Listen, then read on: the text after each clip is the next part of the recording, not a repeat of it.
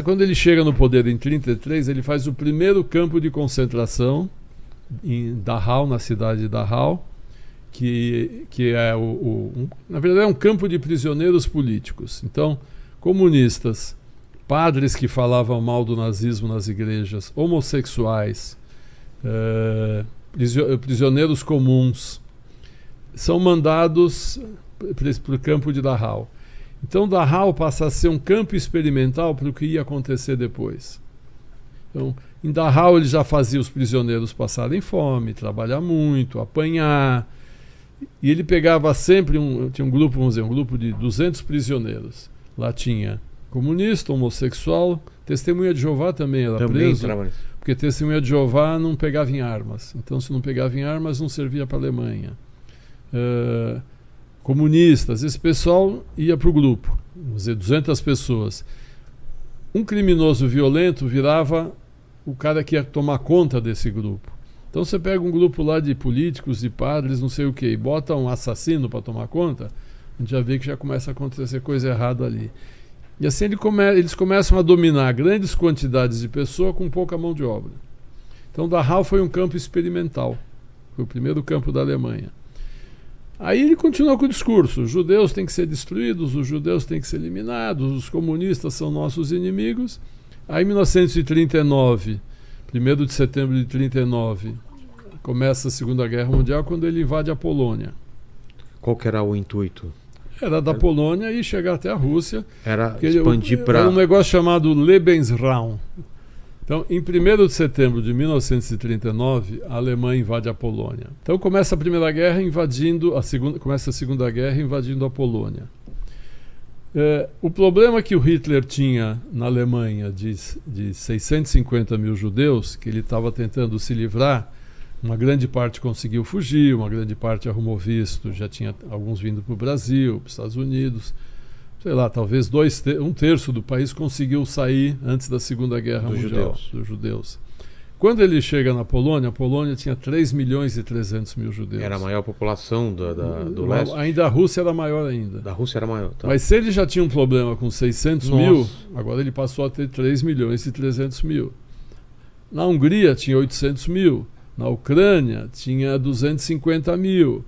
Na Lituânia, 220 mil.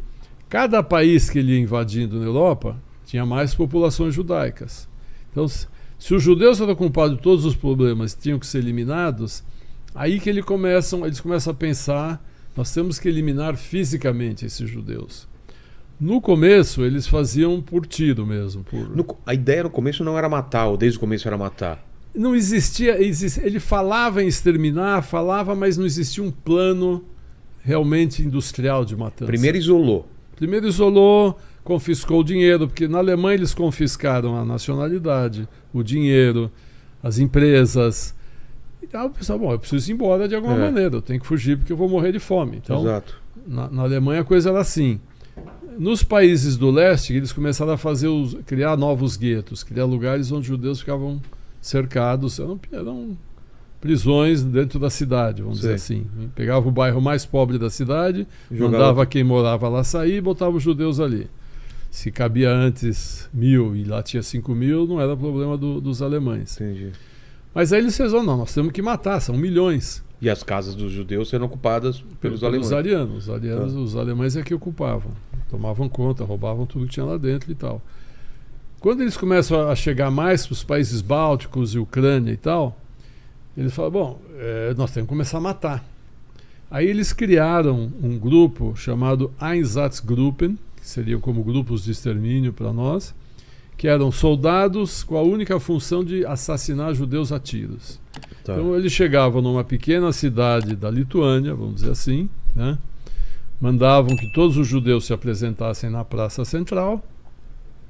Judeus com medo, todo mundo apavorado. Iam vamos lá saber o que era, né? Vamos lá, entravam na praça. Quem não ia, o lituano denunciava: olha, aquela casa mora uma família de judeus. Eles iam lá e buscavam, porque os caras eram... Veja bem, o vizinho já não gostava de judeu. Ele sabia: eu vou pegar a casa dele pra mim, eu vou pegar televisão, a roupa, sei lá. O que tiver lá eu vou roubar. Eu vou roubar. Então, eram denunciados. Eles iam para uma praça central. Da praça central, cidades pequenininhas, eram levados para a floresta, sob mira de armas. Ali eles mandavam os homens cavarem grandes covas, né? E todo mundo lá apavorado sem saber o que fazer, mandar os homens tirar roupa e eram assassinados a tiros. Matando os homens primeiros, as mulheres e as crianças já ficavam mais indefesas. Entendi. Depois de matar os homens, eles faziam a mesma coisa com as mulheres. Tira a roupa, fuzila e elas caíam nas covas, iam cobrindo de terra e fazendo novas pilhas até desaparecer com a população daquela cidade. Esse é o começo do extermínio do povo judeu. Antes de campo de concentração. Antes de campo de concentração. Aí os alemães começam a ver, olha, matar assim não vai dar certo. Porque tinha 9 milhões de judeus para serem assassinados. E só conseguindo, depois de um ano, matar 700 mil. Nossa. Aí começa toda a loucura alemã, toda a loucura, como eu falo nos meus livros, da participação da Alemanha inteira nesse processo. Também eles querem economizar munição, quer economizar... Exatamente, você falou uma coisa certa, a munição é cara em guerra. É. Transportar um exército para matar, gasta gasolina que fazia falta. Exato. Precisava soldado para lutar na guerra. Então toda essa parte começa a atrapalhar a Alemanha. Então eles resolvem testar outras formas de matar. Eles já tinham feito um processo de matança por eutanásia na Alemanha, que era matar alemães que tinham doenças físicas ou mentais. Que o Hitler achava que essas doenças podiam passar de geração para geração. Então, se um alemão tinha uma doença mental, nós temos que matar ele para que o filho dele que seja uma raça pura. Não pode ter doentes aqui.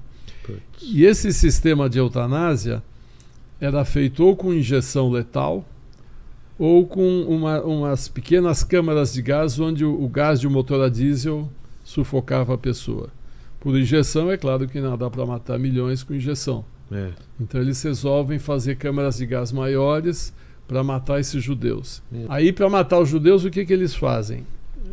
Eles fizeram alguns testes.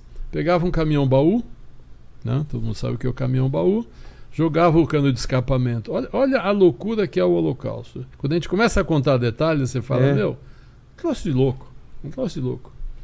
Jogava o escapamento para dentro do baú. Né? Não eram mortos assim. Nada. É. Jogava o cano de escapamento para dentro do caminhão-baú, botava lá 50 a 100 judeus, o que cabia, trancava a porta e o caminhão começava a andar com o motor a diesel jogando o gás para dentro para sufocar os judeus. Bom, o motorista ficava ouvindo as pessoas batendo, gritando, me tira daqui.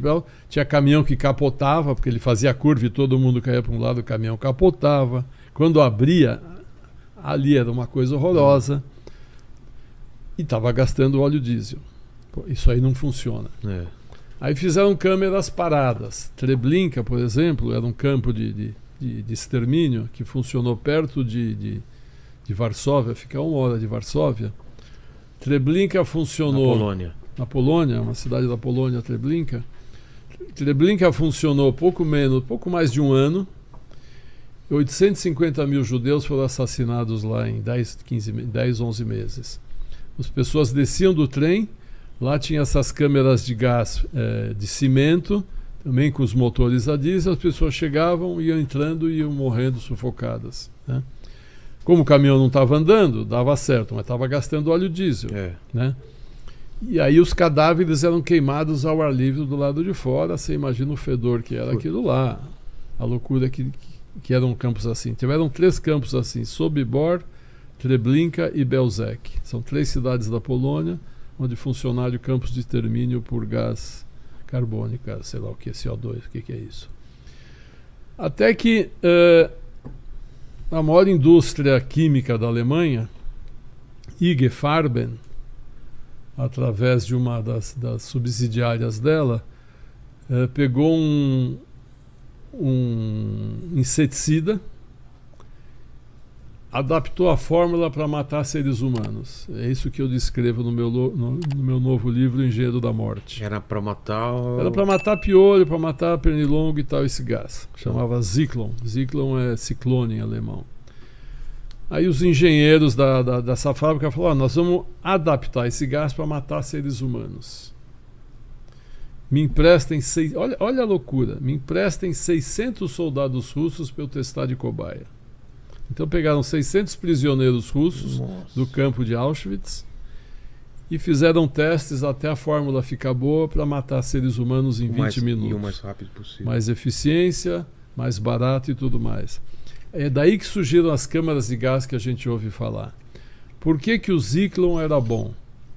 Porque o Zyklon eram cristalzinhos. Zyklon não era nem gás nem líquido. Então, para transportar, não tinha risco de explosão, de vazamento.